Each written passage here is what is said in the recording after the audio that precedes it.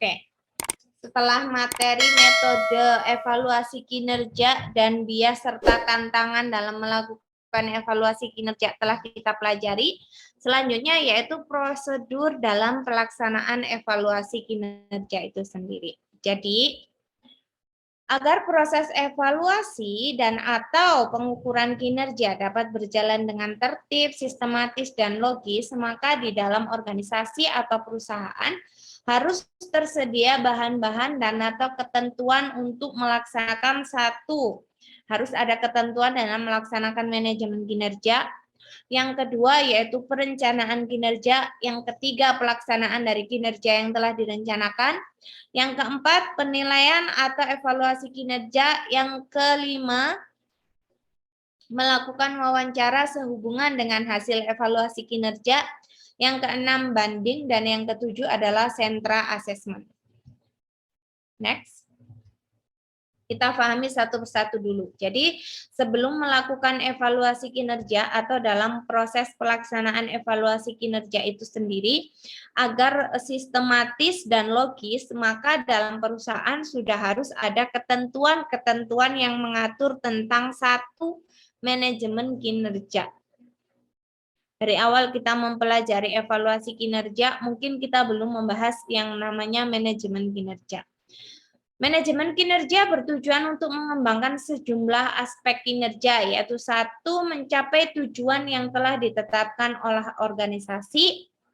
Yang kedua, berupaya menciptakan dan meningkatkan pengetahuan serta keterampilan dan kompetensi karyawan. Yang ketiga, berupaya meningkatkan efisiensi dan efektivitas proses pencapaian tujuan. Dan yang keempat adalah untuk mengukur kinerja individu maupun tim kerja dan kinerja organisasi secara periodik. Jadi manajemen kinerja itu memiliki tujuan, di antaranya yaitu untuk mengembangkan sejumlah aspek kinerja yang meliputi 4 hal ini. Selanjutnya, ketika di perusahaan sudah ada ketentuan yang mengatur tentang manajemen kinerja, akan dilakukan yang namanya perencanaan kinerja. Jadi setelah ada manajemen kinerjanya, perusahaan harus bisa merencanakan kinerja. Perencanaan kinerja merupakan kegiatan awal dari manajemen kinerja. Jadi perencanaan kinerja adalah hasil pertemuan antara karyawan dengan supervisor atau tim penilai, antara lain untuk membahas yang pertama yaitu tugas, pekerjaan, dan tanggung jawab atau job description serta prosedur yang harus diikuti dalam melaksanakan pekerjaan. Yang kedua, kompetensi yang diperlukan karyawan dalam melaksanakan pekerjaan. Yang ketiga, standar kinerja yang ditentukan. Yang keempat, menentukan cara kerja karyawan. Yang kelima, supervisor dan karyawan harus memahami teknik pengukuran kinerja. Selanjutnya, merencanakan pengembangan kompetensi karyawan. Dan yang terakhir, karyawan dan supervisor juga harus memahami visi, misi, dan tujuan atau sasaran. Setelah ada manajemen kinerja dibuat, selanjutnya dibuat perencanaan kinerja. Jadi selama kurun waktu ke depan hal-hal apa saja yang menjadi tugas karyawan, prosedur pelaksanaannya bagaimana, kompetensi yang dibutuhkan dalam diri karyawan itu apa saja, standar kinerja yang dibuat itu bagaimana, lalu bersama-sama menentukan cara terbaik dalam memenuhi standar kinerja yang telah ditentukan oleh perusahaan itu bagaimana. Supervisor atau tim penyelia dan karyawan harus sama-sama memahami teknik kinerja yang ada dalam perusahaan. Selanjutnya merencanakan tentang pengembangan kompetensi, dan yang terakhir harus memahami tujuan serta visi misi dari perusahaan itu sendiri. Setelah dibuat rencana, jadi manajemen kinerjanya sudah ada, perencanaan kerjanya ada, barulah dilaksanakan pelaksanaan kinerjanya tersebut. Dalam pelaksanaan pekerjaan menjadi tanggung jawab bagi karyawan dan manajer itu sendiri atau supervisor itu sendiri. Jadi karyawan dan manajer maupun karyawan dengan supervisor masing-masing mempunyai tanggung jawab dalam pelaksanaan pekerjaan untuk mencapai kinerja yang sudah ditetapkan dan disepakati bersama. Kinerja yang ditetapkan dan disepakati bersama tadi masuk dalam ketentuan apa?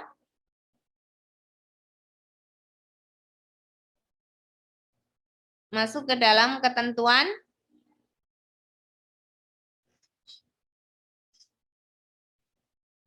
apa?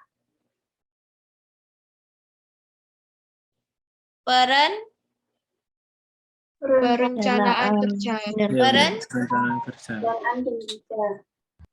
Perencanaan kinerja. Jadi setelah dibuat perencanaan, ada kesepakatan antara karyawan dan manajer atau karyawan dan supervisor, maka dilakukan pelaksanaan dari rencana tadi. Nah, dalam pelaksanaan kinerja, hal-hal apa saja sih yang menjadi tanggung jawabnya karyawan? Yang satu yaitu komitmen dalam pencapaian tujuan, meminta feedback dan pelatihan kerja, berkomunikasi secara terbuka dan teratur, mengumpulkan berbagai data sesuai dengan pekerjaan, serta mempersiapkan telaah kerja. Sedangkan tanggung jawab bagi manajer atau penilai yaitu menciptakan kondisi kerja yang memotivasi karyawan, mengobservasi dan mendokumentasi kinerja karyawan, serta lain-lainnya. Setelah ada pelaksanaan kinerja, maka akan dilakukan penilaian kinerja atau evaluasi kinerja yang kita bahas dari pertemuan pertama sampai pertemuan kelima. Jadi evaluasi kinerja itu merupakan aspek yang ada dalam manajemen kinerja. Ketika kalian membuka perusahaan atau ketika kalian memiliki perusahaan atau memutuskan untuk membuka suatu usaha baru, kalian harus tetapkan dulu manajemen kinerjanya seperti apa. Selanjutnya, kalian dengan karyawan merencanakan kinerja. Setelah direncanakan, dilaksanakan, pelaksanaannya lalu dinilai. Menurut Dassler, penilaian kinerja yaitu mengevaluasi kinerja karyawan di masa sekarang dan atau di masa lalu secara relatif terhadap standar kinerjanya. Jadi kalau kita kemarin membahas tentang apa sih evaluasi kinerja itu, evaluasi kinerja adalah, ada yang masih ingat evaluasi kinerja adalah?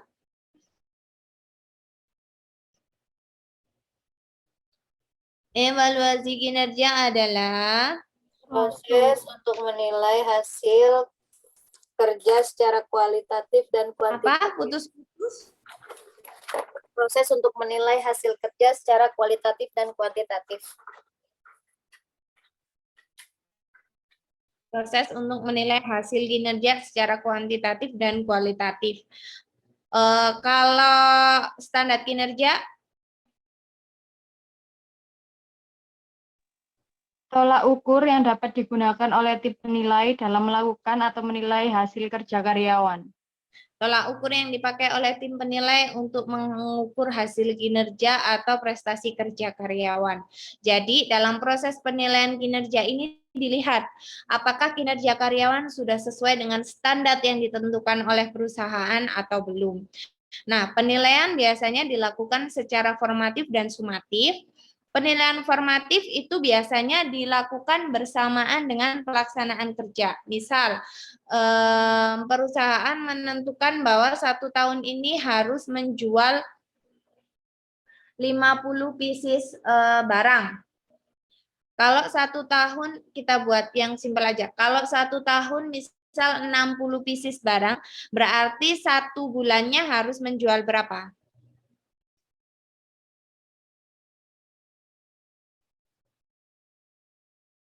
Harus menjual 60 per tahun, berarti setiap bulannya harus menjual 5. 5 barang. Nah, penilaian formatif ini dilakukan bersamaan dengan pelaksanaan tugas tersebut. Misalnya, pada kenyataannya karyawan di bulan pertama hanya menjual 4. Di bulan kedua bisa menjual 5.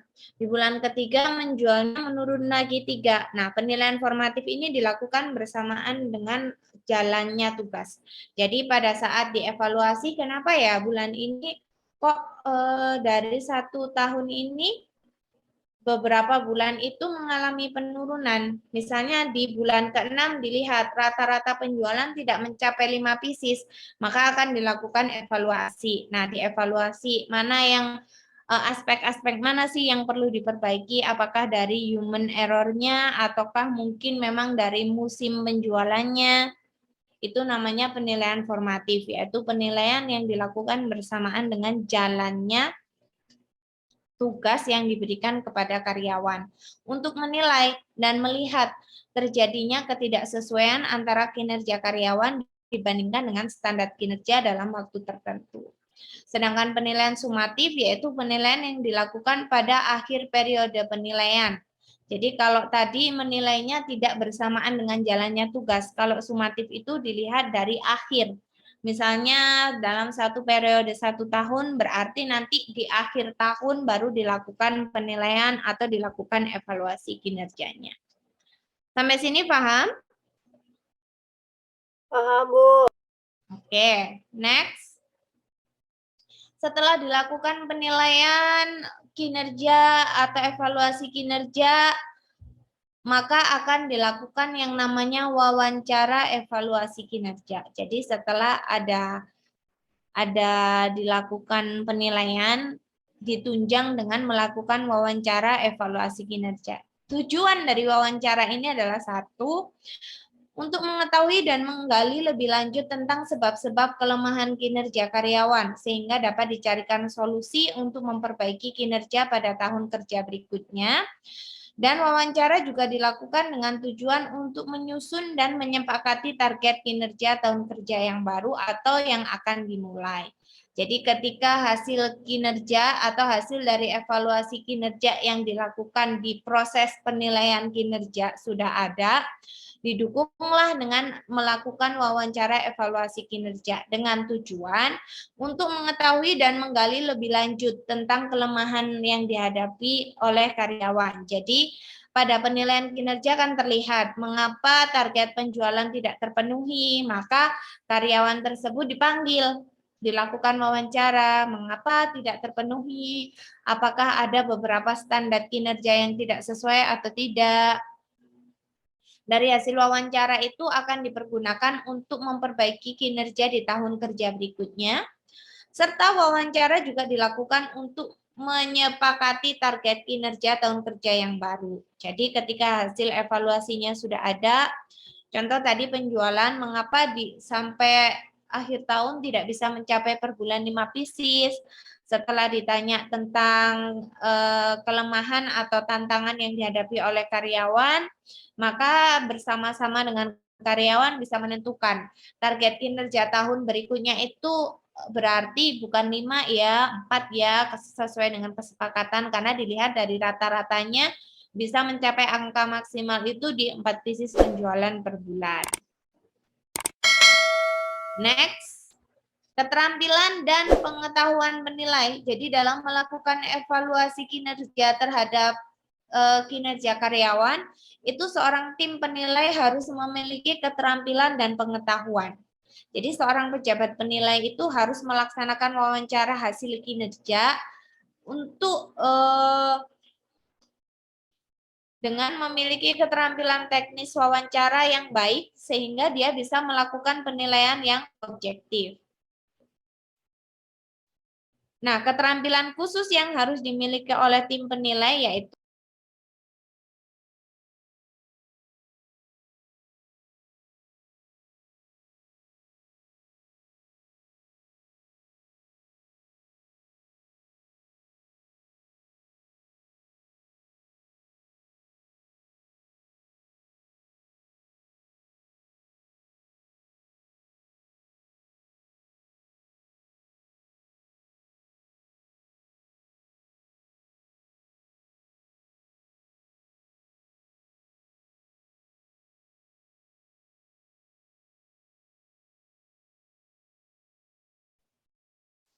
oke.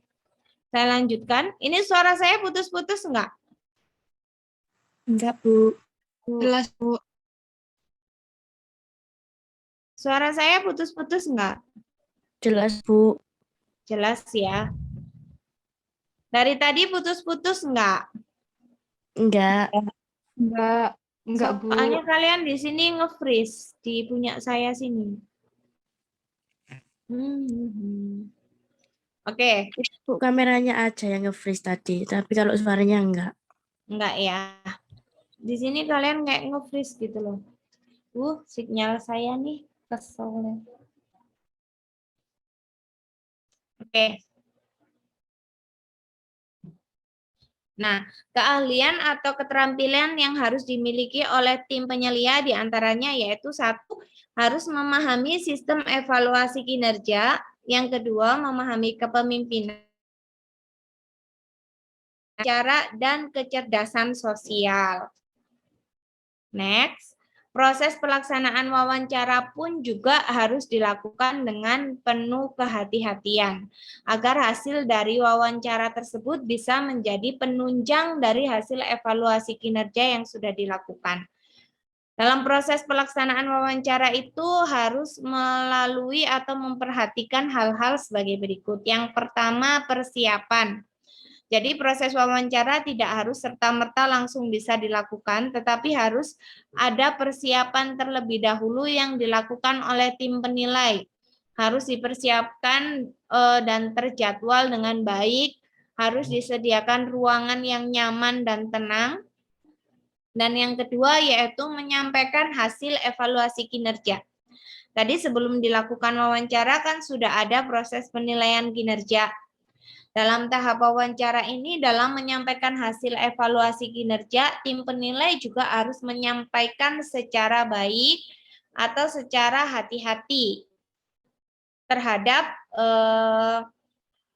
hasil kerja yang disampaikan kepada karyawan. Jadi pada tahap ini, tim penilai menyampaikan hasil penilaian kinerja ternilai yang termuat dalam instrumen penilaian kinerja disertai penjelasan mengenai nilai tersebut dan dilengkapi data pendukung dari hasil observasi. Misal, Rosalia dipanggil oleh tim penilai, ditunjukkan hasil evaluasi kinerjanya, didukung dengan beberapa dari alat uji atau alat yang digunakan dalam penilaian kinerja, didukung dengan catatan-catatan selama observasi, pada saat melakukan wawancara.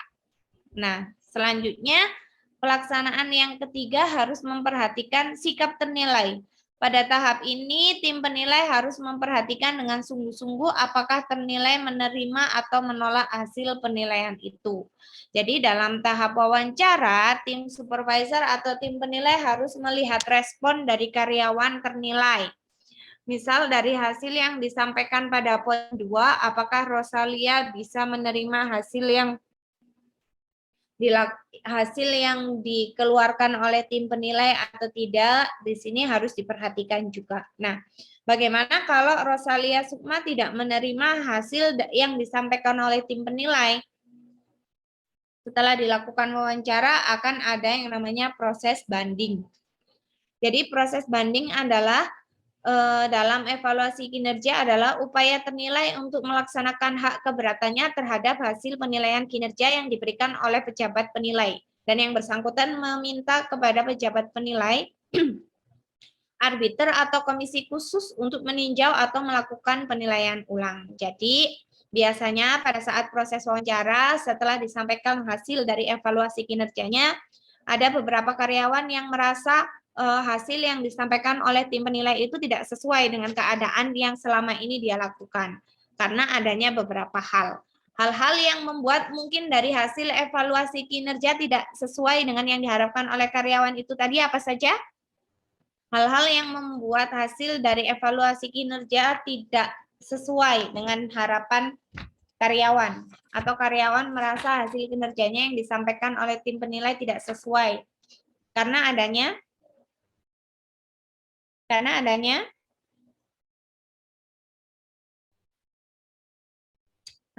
apa?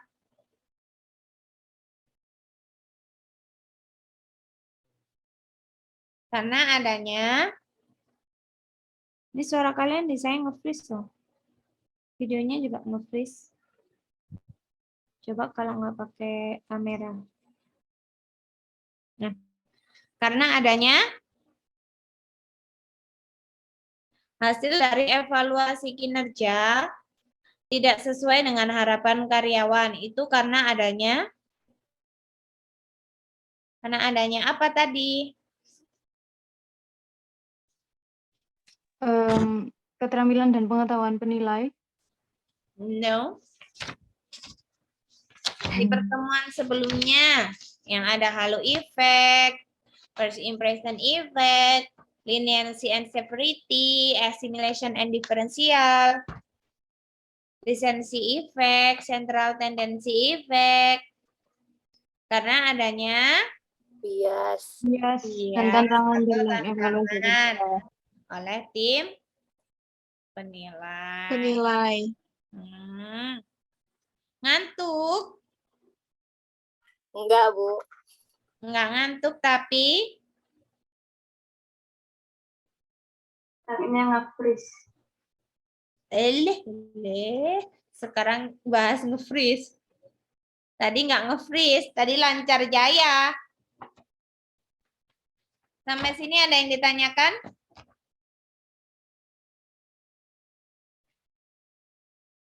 Ada yang ditanyakan?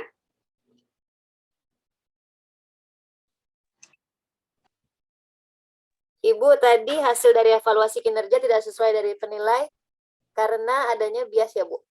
Ya, bias dan tantangan dari tim penilai. Nah, karena adanya bias dan tantangan itu, pada saat proses wawancara dengan karyawan, pada saat penyampaian hasil dari evaluasi kinerjanya, mungkin karyawan merasa tidak sesuai, maka bisa melakukan banding. Nah, proses banding ini bisa dilakukan secara langsung ataupun tidak langsung. Kalau secara langsung, dalam pemeriksaan secara langsung, penilai banding memanggil penilai dan ternilai dan melakukan dengar pendapat dengan kedua belah pihak. Jadi misalnya pimpinan atau direktur perusahaan melakukan pemanggilan terhadap supervisor dan karyawan, lalu mereka ditanya pada saat proses banding ini untuk didengar pendapat dari masing-masingnya. Dari tim supervisor ditanya pendapatnya mengapa memberikan penilaian yang seperti itu.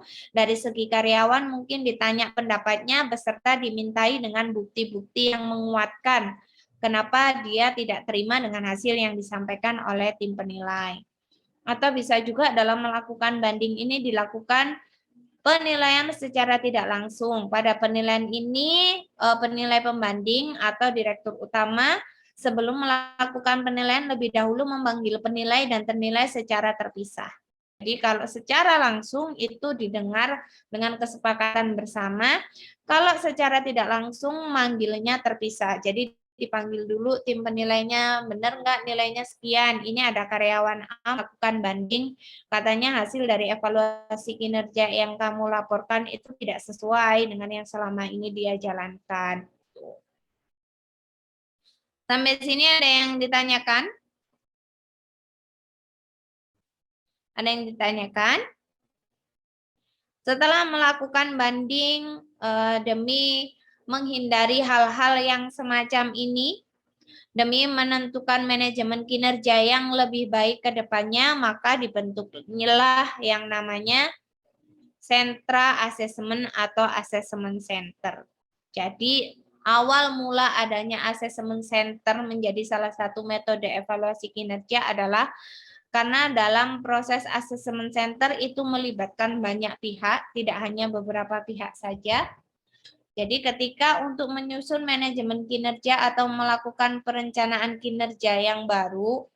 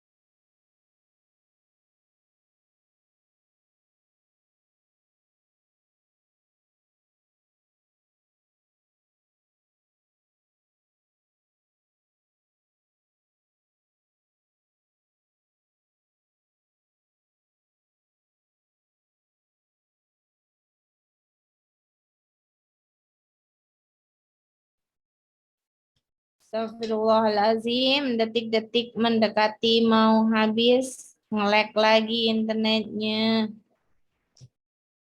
Bentar, tinggal dikit ya. Lanjut tinggal dikit.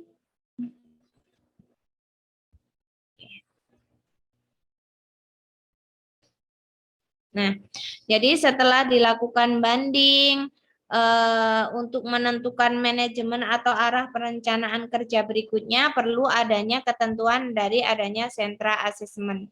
Apa sih tujuan dari dibentuknya sentra asesmen itu sendiri? Yaitu satu, untuk keperluan rekrutmen, untuk keperluan seleksi jabatan, promosi jabatan dan transfer, serta pengembangan sumber daya manusia untuk perencanaan sumber daya manusia sehubungan dengan perencanaan kinerja di masa yang akan datang untuk menghindari hal-hal semacam tadi yang tidak diinginkan oleh perusahaan. Jadi setelah melakukan evaluasi kinerja, ada banding dan lain-lain untuk menghindari hal-hal semacam itu, maka perlu adanya sentra asesmen untuk melakukan perencanaan kinerja di masa yang akan datang.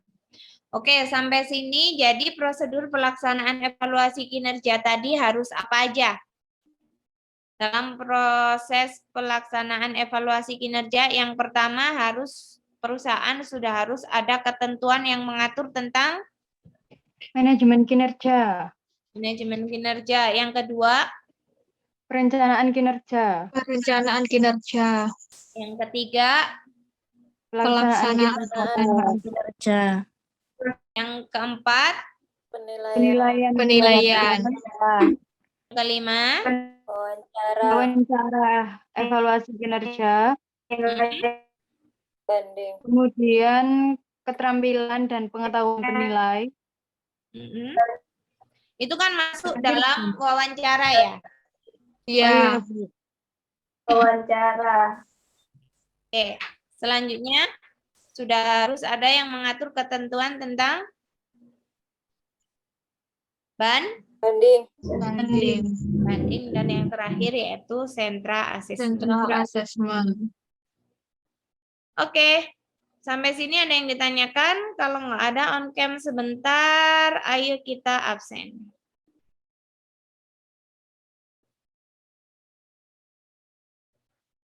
Satu, dua, tiga. Terima kasih untuk waktunya malam hari ini. Semoga apa yang kita pelajari bisa bermanfaat untuk kita semua. Mohon maaf atas ketidaknyamanan dari jaringannya. Mohon maaf kalau mungkin dalam penyampaian materinya mungkin kecepatan. Kalau ada hal-hal yang belum difahami, mungkin bisa ditanyakan ke saya, bisa by chat atau by grup WA juga bisa. Oke, selamat istirahat. Mohon maaf apabila ada salah-salah kata. Assalamualaikum warahmatullahi wabarakatuh. Waalaikumsalam warahmatullahi wabarakatuh. Terima kasih, Bu. Terima kasih, Bu. Sama. Terima kasih, Bu.